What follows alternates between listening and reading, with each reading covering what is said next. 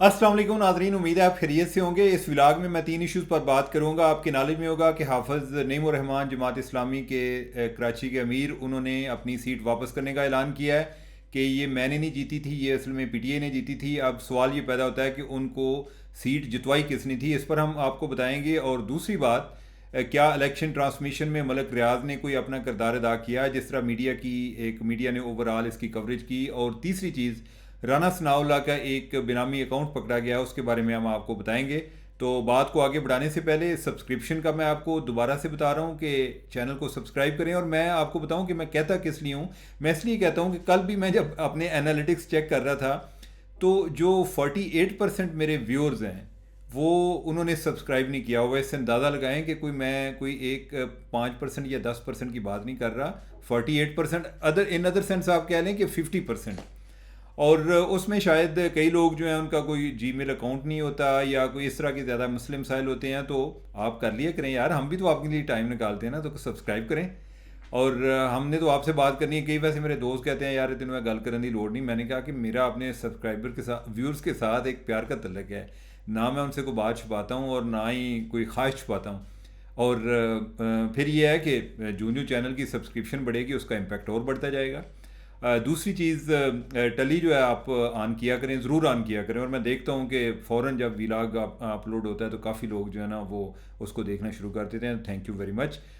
तो आपकी मोहब्बत का बड़ा बड़ा शुक्रिया, आप जितना लाइक करते हैं मुझे।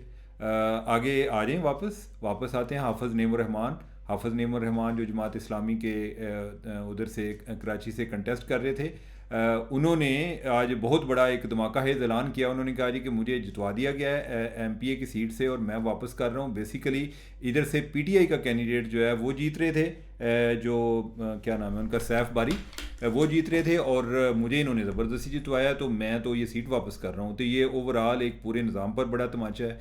इधर सवाल ये पैदा होता है कि उनको जितवाया किसने था, कौन लोग हैं, और कौन लोग हो तुसी जेडे इस तरह के काम करते हो। तो उस पर हम बात करेंगे।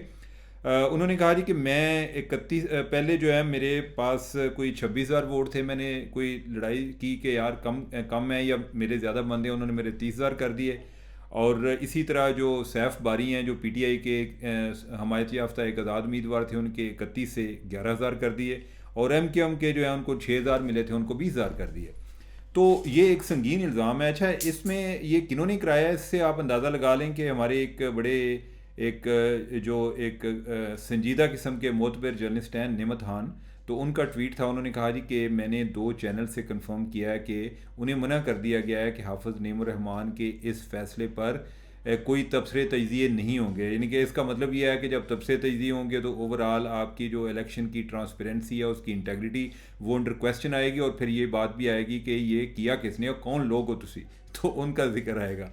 तो नाजरीन, इससे भी आपको कुछ ना कुछ तो अंदाज़ा हो गया होगा कि जब इस तरह की पाबंदियाँ लगती हैं तो क्या होता है, पीछे किन लोगों की बात हो रही होती है। वैसे मैं किसी एक और जगह पर, मेरे एक दोस्त जो है ना वो तैनात थे, उनको मैं पूछ रहा था कि भाई जी ने तांदली होंगी कि मैं, यानी कि बात क्या हो रही थी। बात असल में एक फ्यूडल की हो रही थी कि जो एक उसके मुखालिफ जो एक बंदा नॉन एंटिटी था एक तरह से, उधर वो एक पीटीए के टिकट पर आ गया और वो 50,000 की लीड से वो फ्यूडल से जीत गया।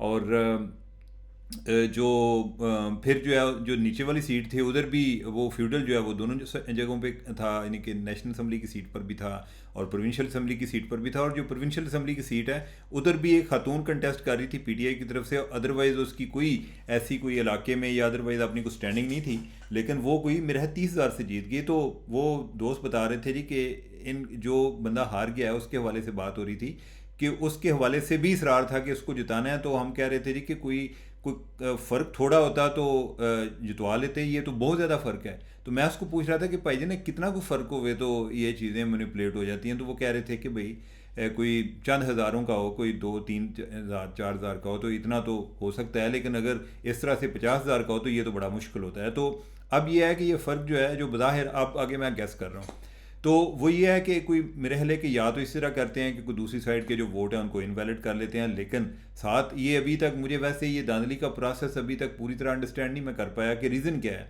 कि जब अगर आपके पास वो जो है फॉर्म 45 मौजूद है तो आपके पास वो एविडेंस है, अगर इधर से कोई फ़र्क करेगा तो आप आगे अदालत में चले जाएंगे।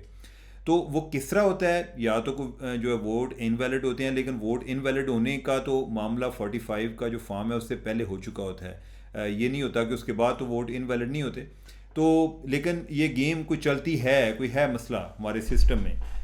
There is something रॉटन in the state of Denmark या इन स्टेट ऑफ पाकिस्तान।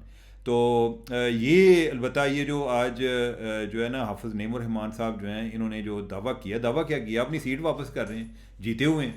तो ये एक ओवरऑल जो है ना एक बड़ा सवालिया निशान है, और ये जो खुरा है ना ये इस्टेब्लिशमेंट की तरफ जाता है। वही इस तरह के काम करते हैं। मे बी इस दफ़ा कोई लोकल लेवल पे किसी ने अपने लेवल पे किए हो, लेकिन कोई इस तरह का मुझे नज़र नहीं आता। एनीवे ये वक्त बताएगा, और ये इलेक्शन कमीशन के लिए एक बहुत बड़ा सीरियस चैलेंज है कि इस तरह के इसको देखें। और मुझे ये लग रहा है कि ये इलेक्शन कल अदम हो जाएगा और दोबारा से इधर होगा, या एटलीस्ट रिकाउंटिंग होगी, इसकी पूरी इन्वेस्टिगेशन होगी, इस तरह बातें आगे नहीं बढ़ेंगी।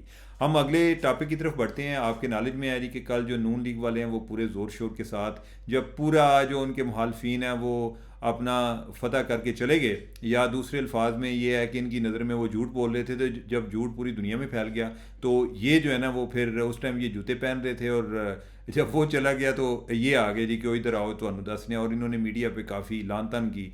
और कल ही आया, और उसके बाद जो है ना फिर जाके उन्होंने रेस्ट किया। असल में इनके ज़्यादातर काम जो 9 to 5 होते हैं, कोई नौकरी पेशा लोग हैं, आते हैं, कोई थोड़ा सा काम किया और फिर जाके सो गए। तो अब ये है कि ये असल में कल को पीटीआई बनने की कोशिश कर रहे थे। हालांकि पीटीआई वाले जो है ना वो इल्ज़ाम लगा जाते हैं, दूसरे जो है ना वो वजाहतें देते रहते हैं। तो ये बाद में आए तो उन्होंने इल्ज़ाम लगाया कि इलेक्शन ट्रांसमिशन है ना ये मलिक रियाज मैनेज कर रहा है जी, वो जो 190 मिलियन पाउंड वाला केस था ये इधर है वो उधर है। तो इस तरह की बातें हो रही थी। तो नाजरीन इस तरह नहीं है, यानी कि मैं देखें मैं मीडिया के हवाले से, मैं मीडिया से मेरा ताल्लुक है और मैं मीडिया को क्रिटिसाइज़ भी करता हूँ। इस तरह नहीं होता, यानी कि नाम मलिक रियाज इस तरह की चीज़ें मैं नहीं कर सकते, बल्कि कोई भी इस तरह की सिचुएशन में किसी के लिए भी मैनेज करना बहुत मुश्किल होता है।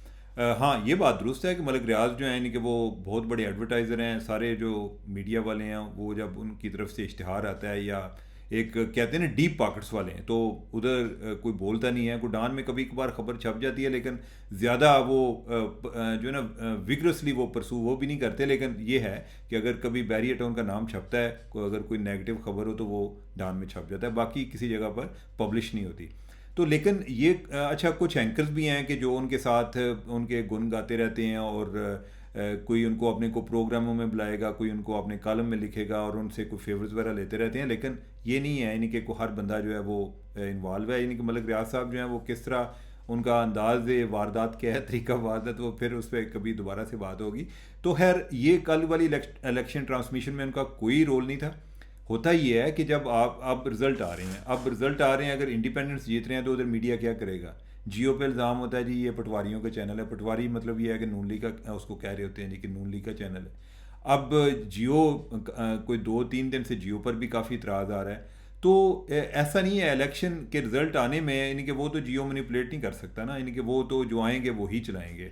और अब नून लीग को अभी गुस्सा करने की बजाय वैसे कंपेन के दौरान गुस्सा कर लेते ना, लोगों के घर जाते तो शायद किसी जगह से इनके भी कुछ रिजल्ट आने शुरू हो जाते तो ज़्यादा बेहतर होता। तो हाँ ये है कि कुछ लोगों पर आपको ज़ाती तौर पे इतराज़ हो सकता है, और मैं कई जगह पे उसको बजा भी तसव्वुर करता हूँ कि कई जो हमारे जो जर्नलिस्ट हैं, बड़े बड़े सो कॉल्ड सीनियर हैं एंकर्स, उन्होंने जो है ना झूठ को अपना ओढ़ना बिछोना बनाया हुआ है, और वो बस यही कहते हैं जी कि मेरा सोर्स है। ऐसा उनका हाजी को सोर्स होता है कि जो किसी को पता ही नहीं चलता कि कौन है, बस वो प्रोपेगेंडा भी करना हो तो वो सोर्स के नाम पर, इंफॉर्मेशन के नाम पर झूठ फैला रहे होते हैं। ये बातें दुरुस्त हैं, लेकिन इसका ये मतलब नहीं है कि पूरा मीडिया जो है ना वो बिक गया था, और जो रिज़ल्ट हैं वो आपने कोई अलहदा से बनाए हुए थे और उधर कोई अलहदा आ रहे थे। ऐसा नहीं था, जो था वो चल रहा था।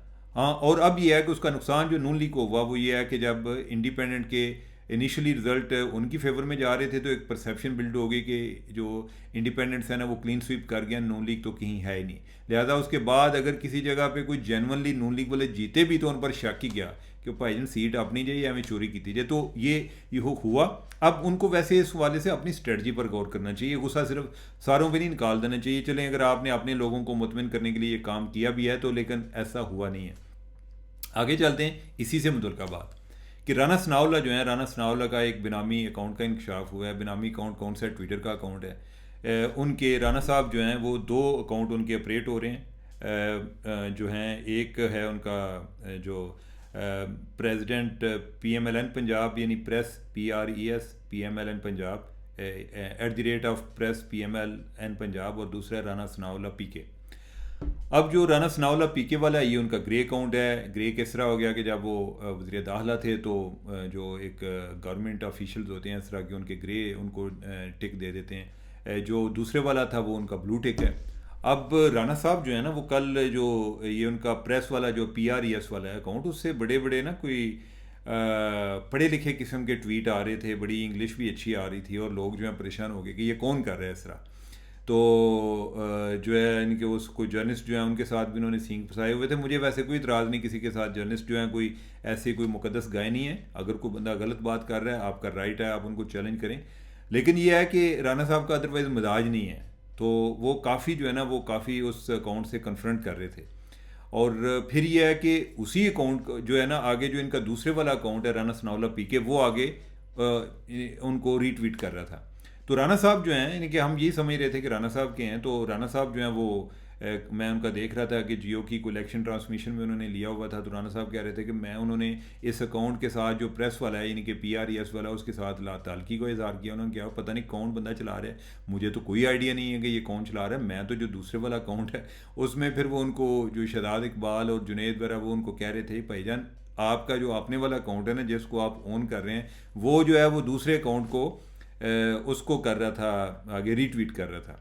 फिर मैं कोई नून लीग के कुछ सोशल मीडिया वाले लोगों को पूछा कि यार ये कौन है इतना पढ़ा लिखा आदमी जो उधर राना साहब का अकाउंट जो है वो चला रहा था। तो वो कोई एक बंदा अंदाज़ा ही लगा रहा था, उसको भी पूरा यकीन नहीं था। उसने कहा जी कि कोई एक लड़का है जो कोई PhD कर रहा है कोई IR में, तो ये जो टर्म्स वगैरह इस्तेमाल हुई हैं वो लगता है कि अंग्रेज़ी उसी की है, यानी कि कोई और नहीं है जो इस्तेमाल कर रहा है। तो एनीवे वो जो है ना जब तक मैं विलाग कर रहा हूँ अभी तक ये चीज़ तय नहीं हुई कि वो बेनामी अकाउंट जो है वो किसका है। राना साहब जो है वो कह तो गए, लेकिन बज़ाहिर देखने से और जब आप अपने आपका अपना अकाउंट जो है उसको ट्वीट भी रीट्वीट भी कर रहा हो तो इससे ये लगता है कि हैं जो है ना राना साहब के दोनों ही अपने, एक खुफिया है और एक जो है जो उन्होंने डिक्लेयर किया हुआ है। तो लेकिन ये इस हवाले से अभी तक यही गुफ्तगू है। तो मुझे दें इजाज़त, अल्लाह हाफिज़।